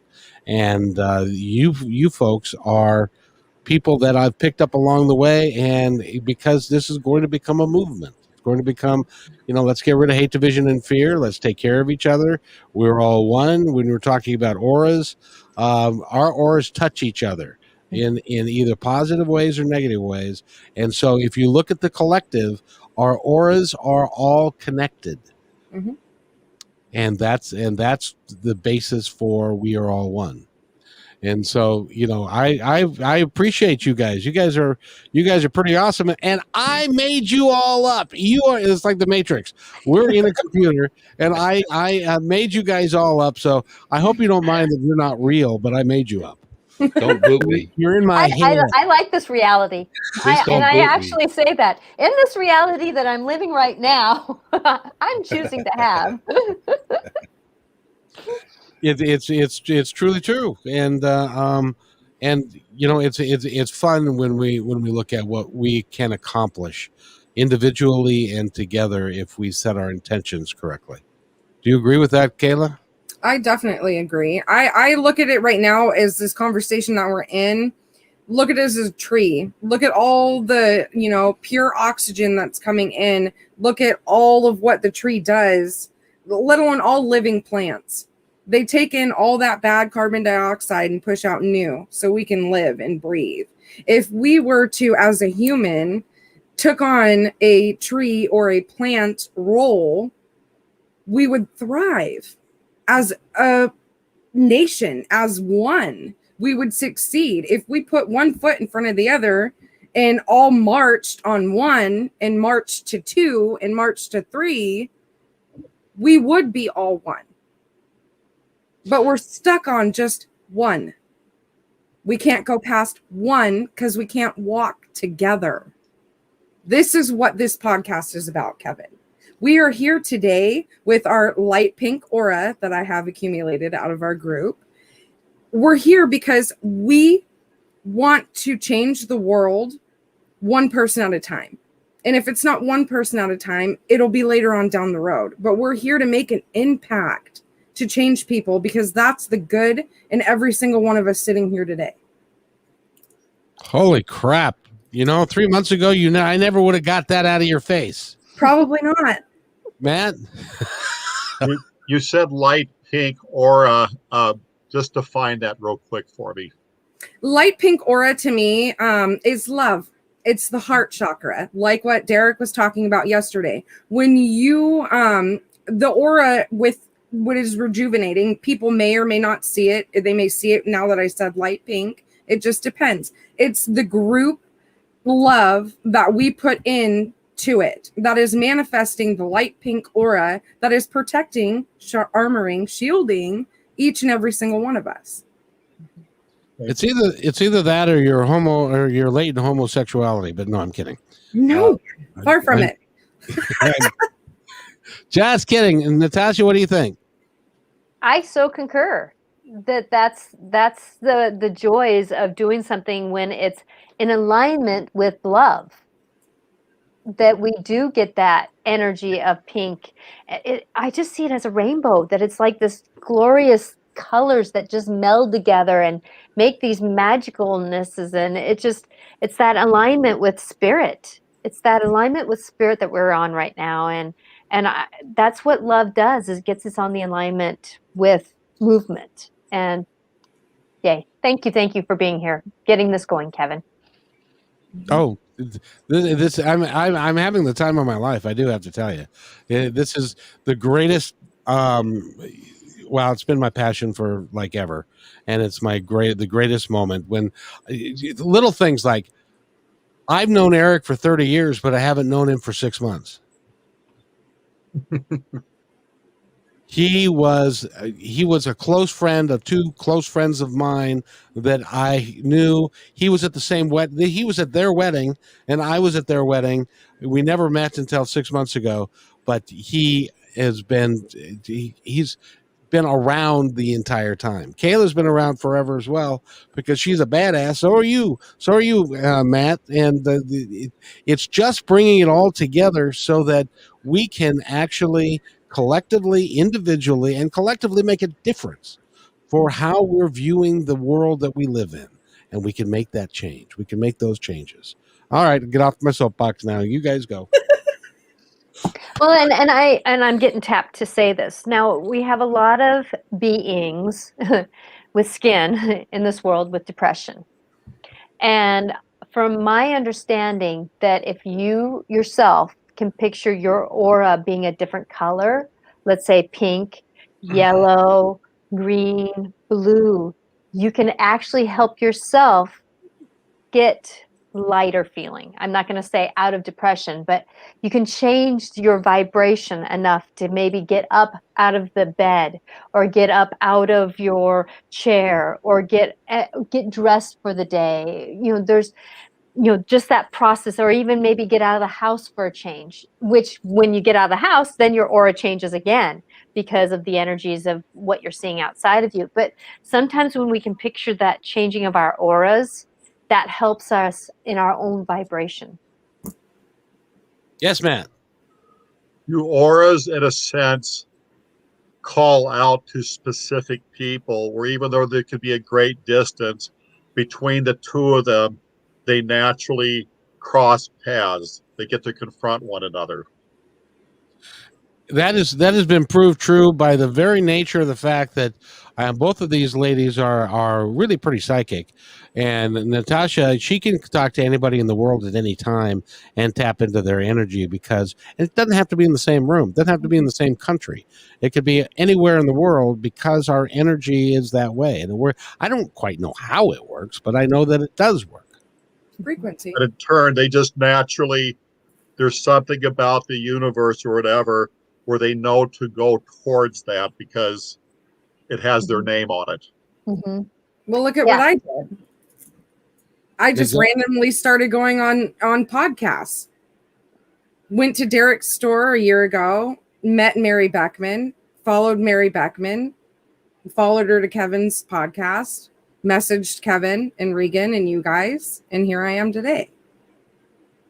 I don't know if it's the Moldavite and the Shungite that's got to do with it, but Well, I used to do the same thing when I was at home. My mom wasn't always at home.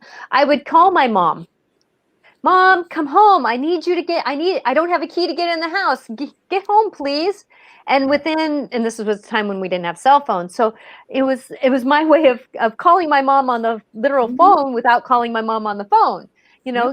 Get home, please. I really need you to get home. And I need it more sooner than later, please. And, there's just these moments. And pretty soon she would say, oh, I got that feeling I got to go home. And she'd come home probably within the hour, but otherwise it would have been 3, So with that as we're going through life, that's the whole energy thing. We started out the show with being about haunted houses and things like that, but it's all about energy. It's really all about energy. Eric? Yeah, you're pretty quiet. I know. I'm not used to this. My experience is very similar to Matt. Sort of an intuitive process. And I've been thinking about the times that things have really felt right in my life was when I've locked into a group of people and I know I'm supposed to be there with these people. Like we've talked about this drum corps thing, Kevin, a number of times. I know that I was supposed to do that with those people at that time. I know that for sure.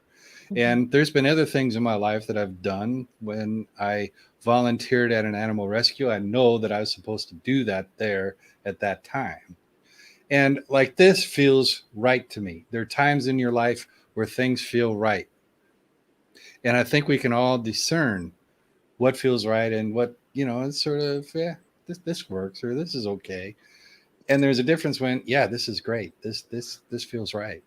Eric, last week you said to me, you look forward to this and this is your favorite hour or 2 hours of the week. Yeah. And you look forward to it. You know what that means? That means that's in your passion, that's your purpose, and that's what you're supposed to be doing. Because you feel it in your heart, you feel it in your soul.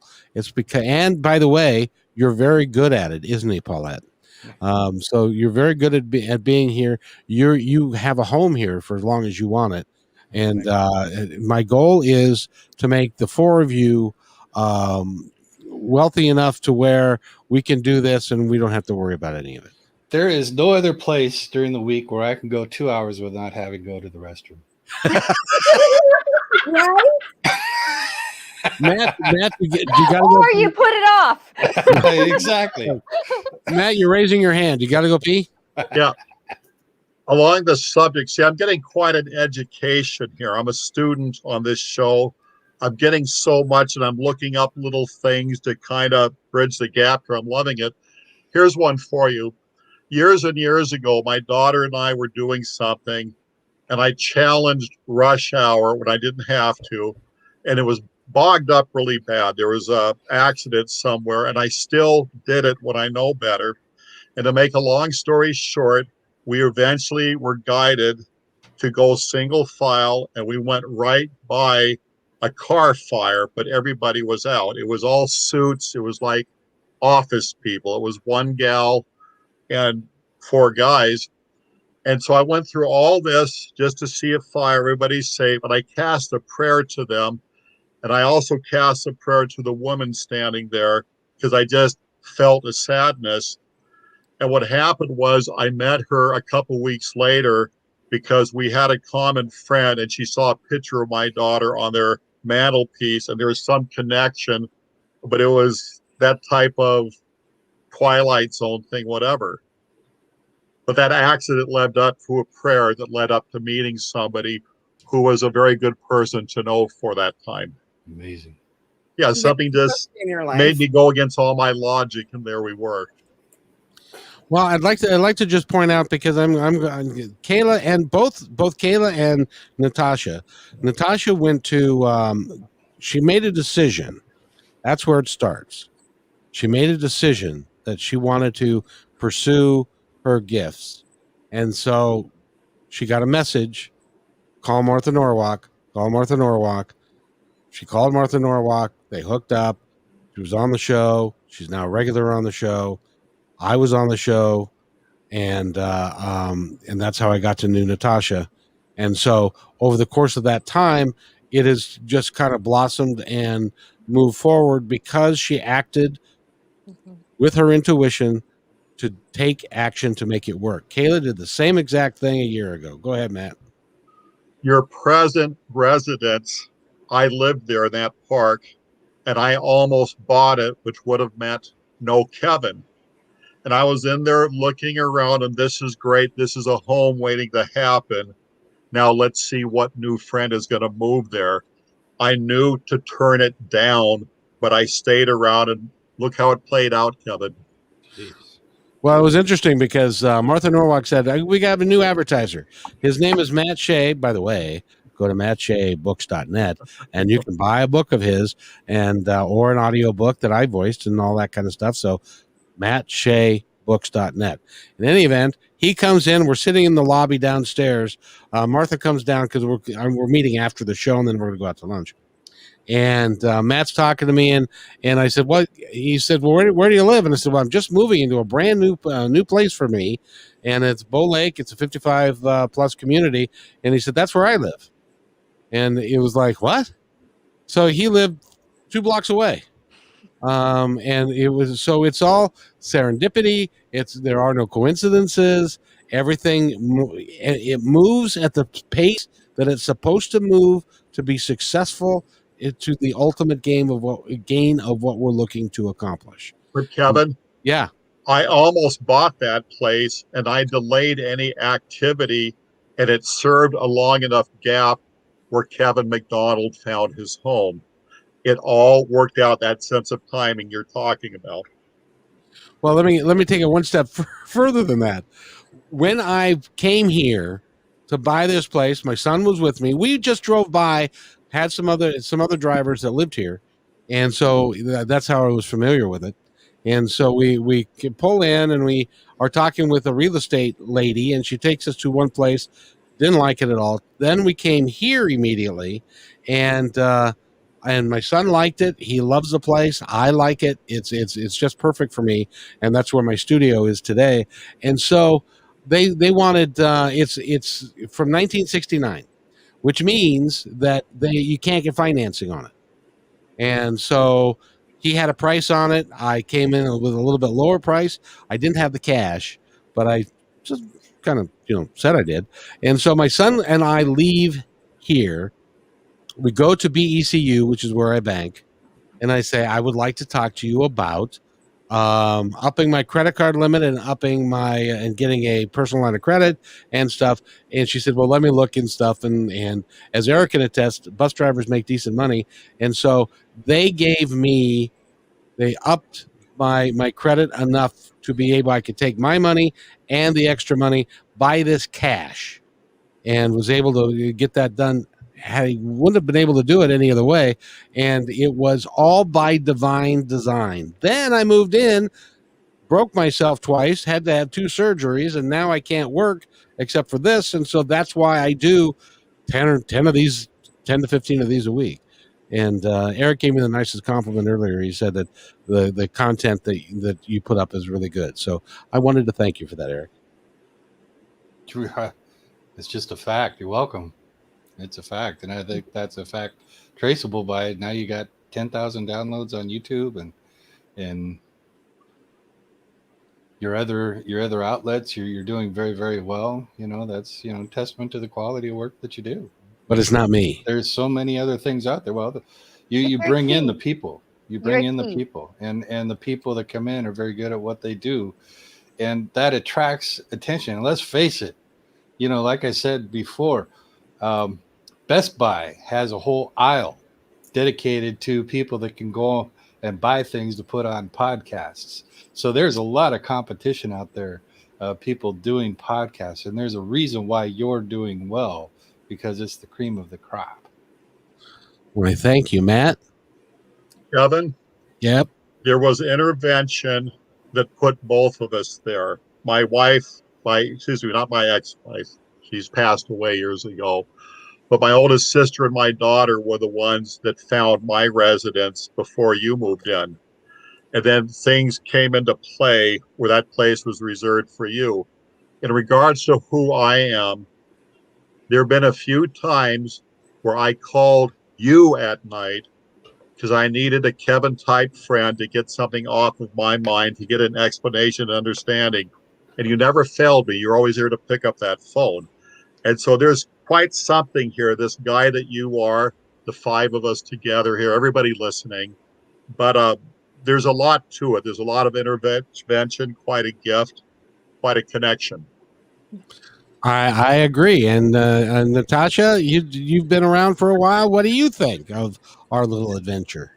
Oh, it's like this day when I called up and Regan and Matt, you were there, and Yes. Regan was was the host, and I called in because the subject was about souls and past lives, and I called up saying that I remember being born, and that kind of led into me being part of the show for what was it, 45 minutes or so, or something like that.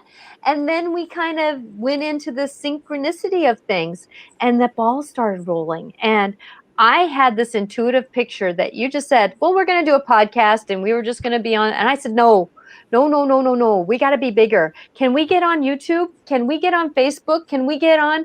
And then that's where your technology, because mine was kind of not there. That's why you came into my life, because I need someone to help me with technology.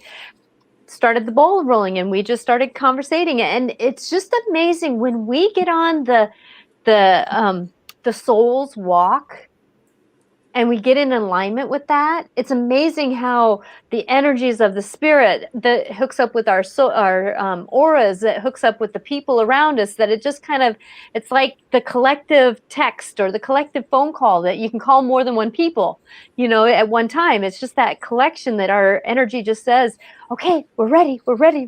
And it kind of all came in. And this is a great forum for that. Yay! Thank you for listening. I was ready to explode. Oh God, I was ready to explode. He put up with me for that summer. And Kayla has done the same thing. She came. Well, her story is she just showed up because she wanted to talk to Regan. Paulette. Huh? I said, I love you, Paulette. Yes. Paulette is the coolest person that we know, I think. Yeah. Very cool.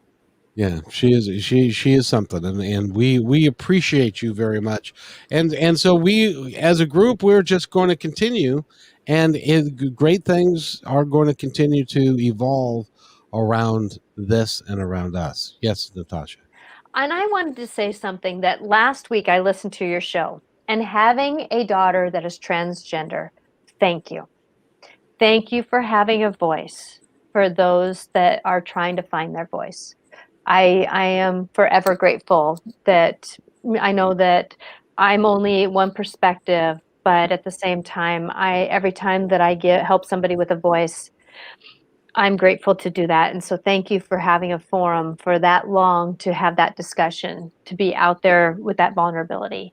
It was a gift to listen. Thank you. You are most assuredly welcome, and Eric and Matt and Kayla, you guys are awesome. This is proven to be my favorite podcast of the week, and except for, of course, Natasha's on Monday and Wednesday and stuff. But I tell you, this can be your favorite. I'm just because I wanted to come here too. That's why I said, "Can I come and play with you guys?"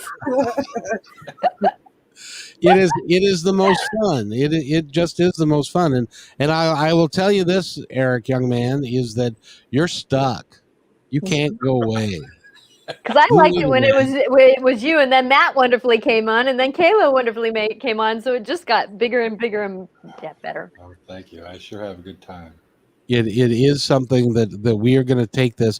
See, each of us in our own way is trying to make a difference in the world, one person at a time. Mm-hmm. And that's really ultimately the only way that you can do it, is one person at a time. And when Eric is driving his bus, I know I was there. He makes a difference in somebody's life every single day.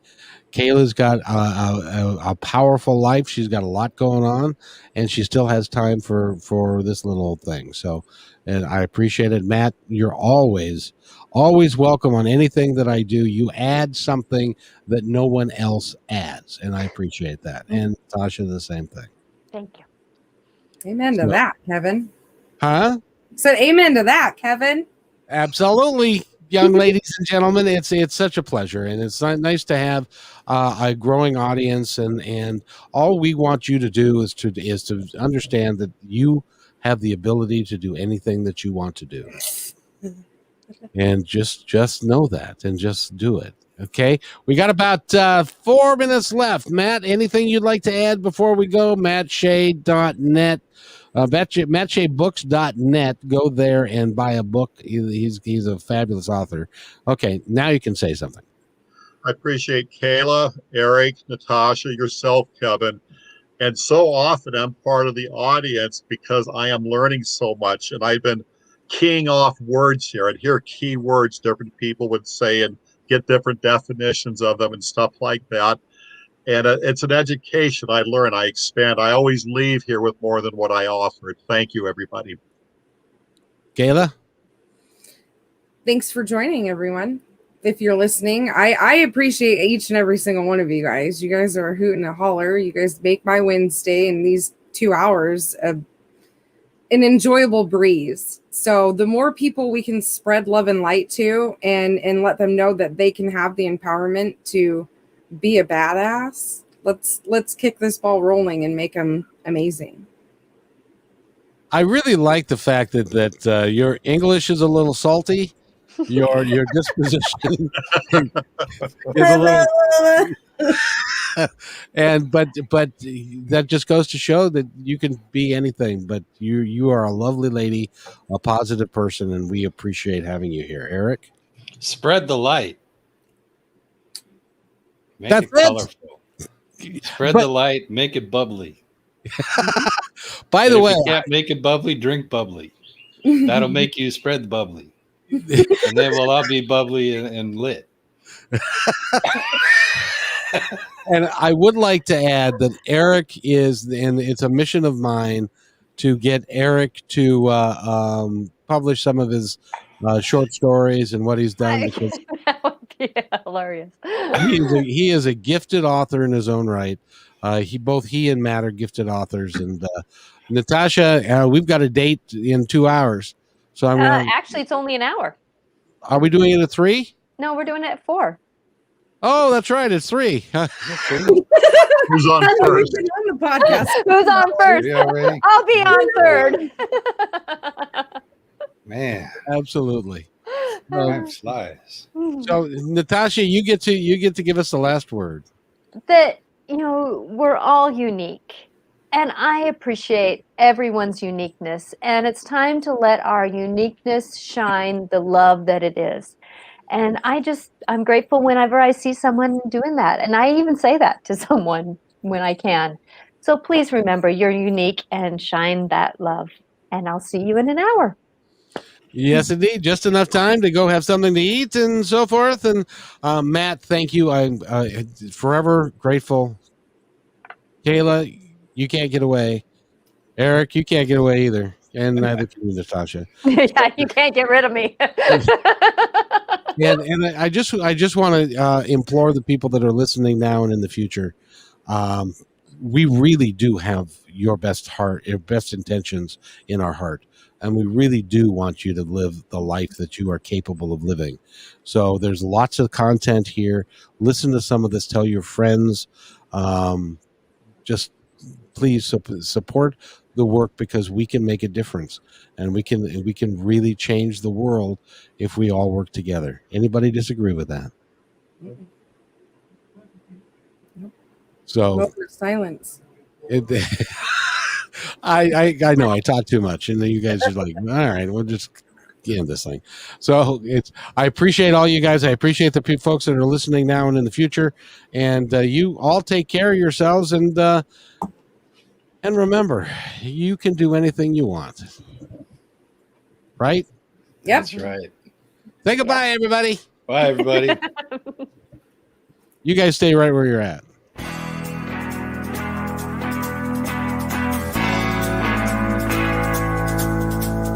Hey, and thanks for listening to this episode all the way to the end. Hey, pretty cool. Hey, don't forget to follow us so you can receive regular updates and new posts. And remember, take care of each other because each other's all we got. See you next time on My Independence Report.